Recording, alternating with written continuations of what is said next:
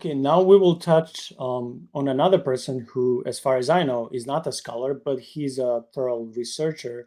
His name is Ken Ami, and he, just for those who don't know, he likes researching and writing a lot. He tends to disagree with many scholars, book authors, even some of the Eastern Orthodox priests.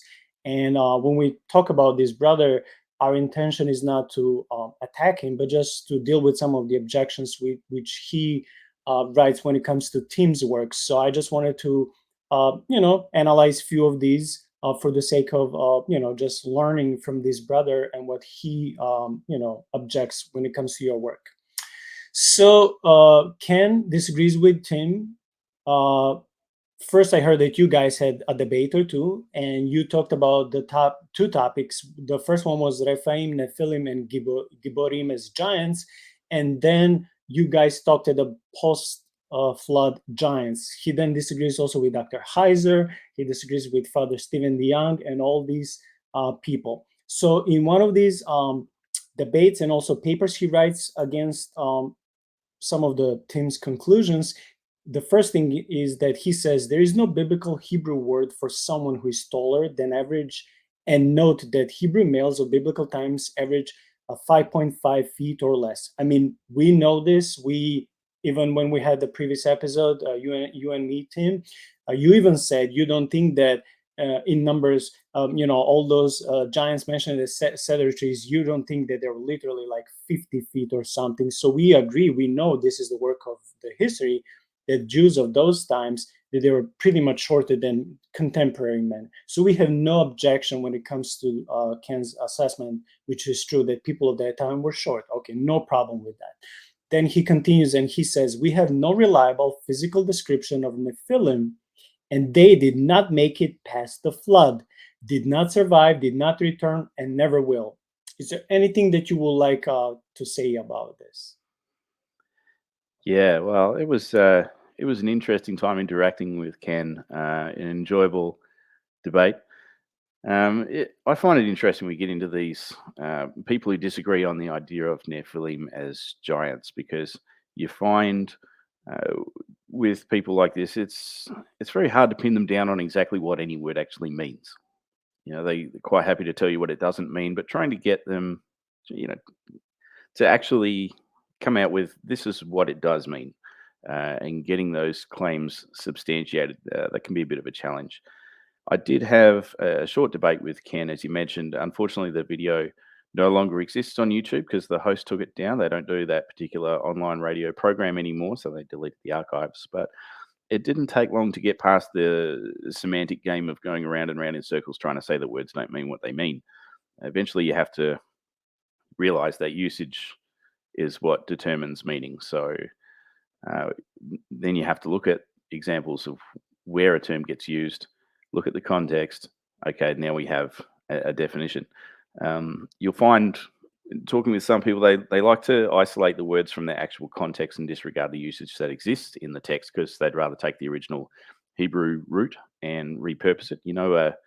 A Hebrew word typically has three, maybe four consonants. There are no vowels in the language, and that root forms the basis of a variety of Hebrew terms. And in the original text, you only had the consonants, so you needed the context around the whole thing to be able to know which uh, possibility actually fit in that context, and that determines how you read it and how you understand it. Um, so that's the nature of the written language, and it means that it is open to ambiguity, particularly if you take the word out of its context, because now you have nothing to inform the usage, and you can put anything you want in there, right? So the root can be used to develop a range of different terms. Unfortunately, this means that, yeah, they can just be pulled out, manipulated to say whatever you want, and it's handy to have reliable manuscripts like the Greek Septuagint. Because you get it in a different language, you'll find that the witness of ancient translators who are much closer to the original context than we are, it's going to give us a much better idea of how it would have been read and understood at the time. And it helps us to avoid imposing our own modern scientific worldview on the text. So that's a good place to start if you don't have the word in context, because you can look at translations and see what they're doing with it. Um, but again, there's no substitute for the actual context. As when we look at the root behind Nephilim, we learn that yes, you could read it as meaning to fall or to be fallen. That's the most popular understanding of that term. But what do we have in the context that supports that reading? Does anybody fall in Genesis 6? The answer is no. The rebellious sons of God didn't fall anywhere. They didn't fall literally because they were not in heaven, they were on earth. So that's a cosmological argument against the idea of fallen. You have, people who sort of have this hard cosmological model where the sky is a solid dome above, and you've got the earth below, and the angels are up there, and if they did something wrong, then they're going to fall down. That actually, like, people speak that way, but they don't assume that as a concrete reality, right? Like when I say that God is the man upstairs, I'm not talking like there are stairs and God is up high somewhere. That's a figure of speech, right? And biblical cosmology is the same. Like there are expressions, ways of talking about things. These things have meaning. They're important, but we're not supposed to take them literally. The idea of these sons of God falling doesn't actually mean like they were up high and they plummeted to earth, right? Although it gets talked about that way. So that idea of being fallen doesn't really work. And then you have the fact that it's the Nephilim who are the sons of those rebellious sons of God. Not the same people, they were their sons. They're the ones called Nephilim. They didn't fall from anywhere, right? So they haven't fallen, and they seem to be impugned basically on the basis of their existence. So they haven't necessarily done anything to be called that. That comes right off the bat. They're just described as Nephilim. So yeah, it's maybe you could talk about a moral sense. The rebellious sons of God were morally bad. Okay, they did the wrong thing. But again, it's the Nephilim, their sons, that are called the fallen ones, not the sons of God.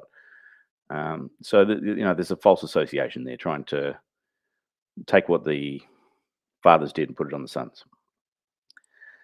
Then you have people talking about falling as in to fall upon others or to cause them to fall, right? So this is sort of perhaps a military understanding, like, when there's an ambush, they say, well, we fell upon our enemies and attacked them. So that is a possible interpretation supported in the text, because you do have all this language of violence and stuff like that in the original source material in Genesis 6. So, there's some legitimacy there. The rabbis definitely picked up on that in the medieval period, talked a lot about this. If you read the Genesis Rabbah, that's full of these kind of discussions, and they basically take that idea of being fallen, and they sort of split that three ways and talk about how all three possible interpretations of being fallen would work. But again, we're in the medieval period reading the rabbis. It's far better to get back to the source material, look at it in context, look at the sources that informed the biblical material, and that's the best place to derive your meaning. Ultimately, the best way to get a handle on the context is to look at the Mesopotamian background behind the stories illustrated in the primeval history, which is something I tackle a lot in my podcast. But yeah, all we've done so far is examine only one possible variation from the original Hebrew root, right? This idea of being fallen. And just because when we look at the Aramaic use of the same root, we can also find it used the same way, that doesn't invalidate the fact that there are other possibilities within the semantic range of that root in both languages. The fact that we do have in Aramaic a variation on that original root, and it just so happens that appears in the biblical text in Numbers 13, which is the passage about the spies. That's really telling. Okay, they went into Canaan, came back reporting that they had seen the Nephilim, and we get this one occasion where the word is spelt using some of that additional information that's usually missing from a text based on consonants, which informs us as to how it's supposed to be read and interpreted. You don't get it in Genesis 6. Of the two occasions that the term is used in Numbers 13, just one of them has the vowel points, which is amazing because without that, we really would be scratching our heads and guessing, but it's there. And what it tells us is that the derivation of that word is from Aramaic, not from Hebrew. And I think this was where Ken was having some difficulty because uh, he is Jewish. He loves his Bible. He's very biblically driven. But I think his assumption coming to the biblical text is that, well, everything here is Hebrew. And so when you come across a word that doesn't have a Hebrew background, he's, yeah, not familiar with it. So to then see that we can read this as Nephil, meaning giant, which is preserved today actually in the zodiac. There's a constellation called Nephila, the giant. That constellation is Orion, the hunter, right? Nimrod, the same one, the same name, right? Nephila, the giant. And that is the term, or derived from that, Nephilim, it's plural, that we find in Numbers 13. So that's why that passage is important, because it gives us that direct connection, because we actually have vowel points preserved there in that one instance.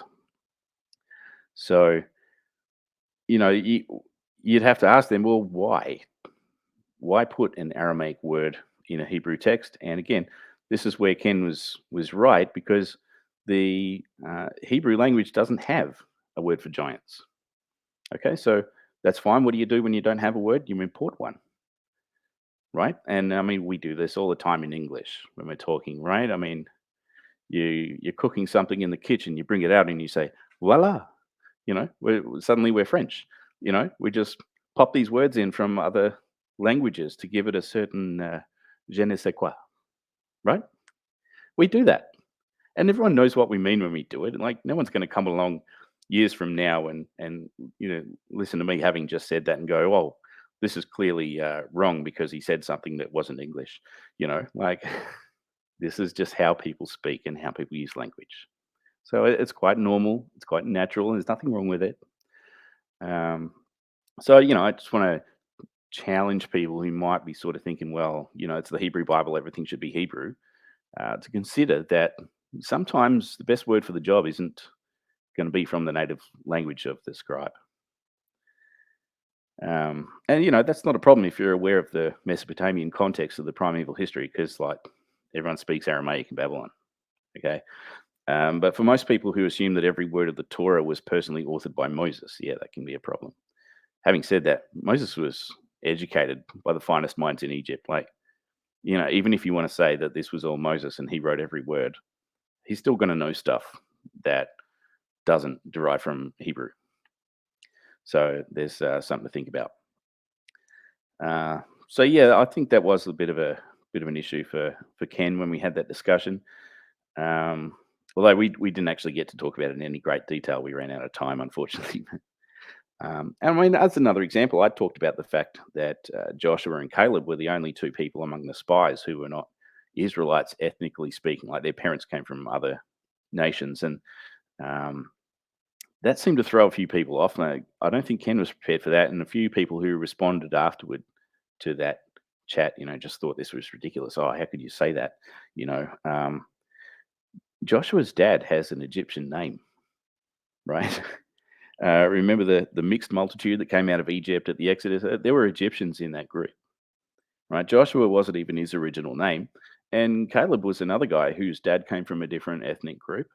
Again, this is all stuff that you get from just reading the Bible. you've got to be prepared to take it in context, and that's where a lot of these critical interpreters fall down. But here's Numbers 13, verse 16. These are the names of the men Moses sent to explore the land. Moses gave Hoshea, son of Nun, the name Joshua. Right, so there it is in the text. This guy whose dad has an Egyptian name um, has his name changed by Moses. Then we have Numbers 32, verse 12. Not one except Caleb, son of Jephunneh the Kenizzite. What's that? He's not Israelite. And Joshua, son of Nun, for they followed the Lord wholeheartedly. So, yeah, these two guys, it's interesting that they're the only ones who are faithful enough to say, yeah, we can take the promised land, and they were not Jewish. Now, I mentioned the Greek text earlier, that word gigantes, which occurs in the Septuagint. I note that Ken makes a big deal about associating that with the meaning earthborn rather than giant. That's actually incorrect because that's a definition associated with a slightly different word, which is gigenes. That's the word that, according to Greek usage, actually means earthborn, literally generated from the earth. By the way, earthborn means specifically of the union of heaven and earth, which is allegorically the union between the sons of God and the daughters of men anyway. So even if you want to argue that it's a different word there and it means a different thing, you can't get around it. Gigantes is a different term, not to be confused with it, and we do have evidence from ancient Greek sources that it is supposed to be understood in many contexts as referring to people of great size and strength. As I mentioned last time, that doesn't mean we're supposed to be thinking in fairy tale terms like Jack and the Beanstalk scale. However, it was a tradition among the Greeks that these individuals could be anywhere up to 15 feet tall. One of these in particular was named Anax. And you might think, I've heard that before. Is that something to do with the Anakim? Anakim does not mean long necked. A lot of people are going to say that, right? Because what they're doing is they're picking up on the Jewish use of the term, right? I mean, the Hebrew scribes, they love to make fun of their enemies, and they will just twist the name a little bit and make them sound stupid, right? They do this with Nimrod, right? His name was Enmerkar. You take those consonants, you have this N, M, R.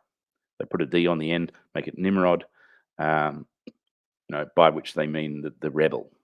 Okay, so they take someone who's supposedly respected and feared and some great guy, and then they just make fun of him.